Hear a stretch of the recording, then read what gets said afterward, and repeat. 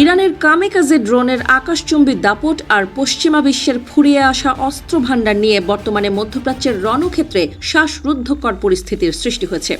যুদ্ধের ময়দানে ইসরায়েল ও আমেরিকার মিত্র দেশগুলো এখন ভয়াবহ সংকটের মুখোমুখি দাঁড়িয়েছে, যেখানে একদিকে আকাশপথে ধেয়ে আসছে ঝাঁকে ঝাঁকে ইরানি ড্রোন, আর অন্যদিকে সেগুলোকে ঠেকানোর মতো পর্যাপ্ত ক্ষেপণাস্ত্রের মজুদ দ্রুত ফুরিয়ে যাচ্ছে।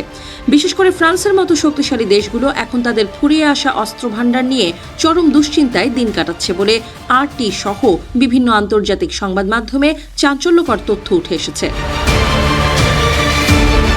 সম্প্রতি প্যারিস থেকে পাওয়া খবরে জানা গেছে যে সংযুক্ত আরব আমিরাতের আকাশে ইরানি ড্রোন ভূপাতিত করতে গিয়ে ফ্রান্সের বিমান বাহিনী তাদের অত্যন্ত মূল্যবান আকাশ থেকে আকাশে নিক্ষেপযোগ্য ক্ষেপণাস্ত্রগুলো প্রায় শেষ করে ফেলেছে। গত সপ্তাহে ফরাসি সরকারের উচ্চপদস্থ কর্মকর্তারা জরুরি বৈঠকে বসেন, যেখানে এই ক্ষেপণাস্ত্র সংকটের বিষয়টি অত্যন্ত গুরুত্বের সাথে আলোচিত হয়। ফরাসি রাফাল যুদ্ধ বিমানগুলো গত 2 সপ্তাহ ধরে অনবরত অভিযান চালিয়ে আকাশপথ সুরক্ষিত রাখার চেষ্টা করলেও এখন তারা নিজেদের সমরশক্তি নিয়ে গভীর সংশয়ে রয়েছে।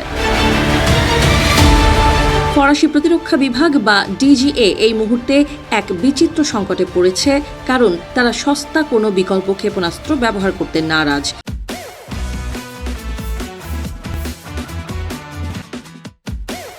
কেননা সেগুলোর কার্যকারিতা কম হয়, অথচ বর্তমানে ব্যবহৃত প্রতিটি MICA ক্ষেপণাস্ত্রের দাম প্রায় 7 থেকে 8 লাখ ডলারের কাছাকাছি, যা ধ্বংস করা ইরানি ড্রোনগুলোর তুলনায় কয়েক গুণ বেশি ব্যয়বহুল।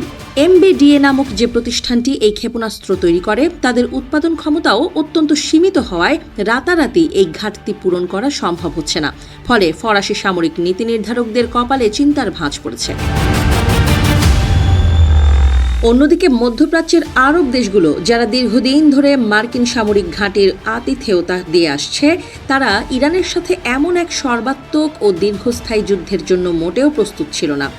অতীতে ইরানের পাল্টা আক্রমণগুলো সাধারণত সীমিত পরিসরের হলেও এবারের লড়াইয়ের চিত্রটা সম্পূর্ণ ভিন্ন এবং বিধ্বংসী।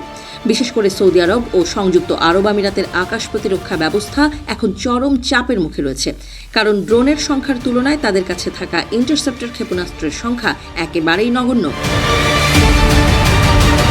পরিসংখ্যান বলছে আরব দেশগুলো ইতোমধ্যে ইরানের প্রায় 900টি ক্ষেপণাস্ত্র ও ড্রোন প্রতিহত করতে গিয়ে নিজেদের ভাণ্ডার থেকে প্রায় 1900টি প্যাট্রিয়ট ক্ষেপণাস্ত্র খরচ করে ফেলেছে। প্রতিটি প্যাট্রিয়ট ক্ষেপণাস্ত্রের মূল্য 3 থেকে 6 মিলিয়ন ডলারের মধ্যে, যা এই যুদ্ধের অর্থনৈতিক বোঝাকে এক অকল্পনীয় পর্যায়ে নিয়ে গেছে। হোয়াইট হাউস থেকে আসা খবর অনুযায়ী উপসাগরীয় রাজতন্ত্রগুলো এখন চরম দ্বিধায় ভুগছে যে তারা কোন ড্রোনটি ধ্বংস করবে আর কোনটি ছেড়ে দেবে, কারণ তাদের হাতে থাকা প্রতিরক্ষা সরঞ্জাম ফুরিয়ে আসার পথে।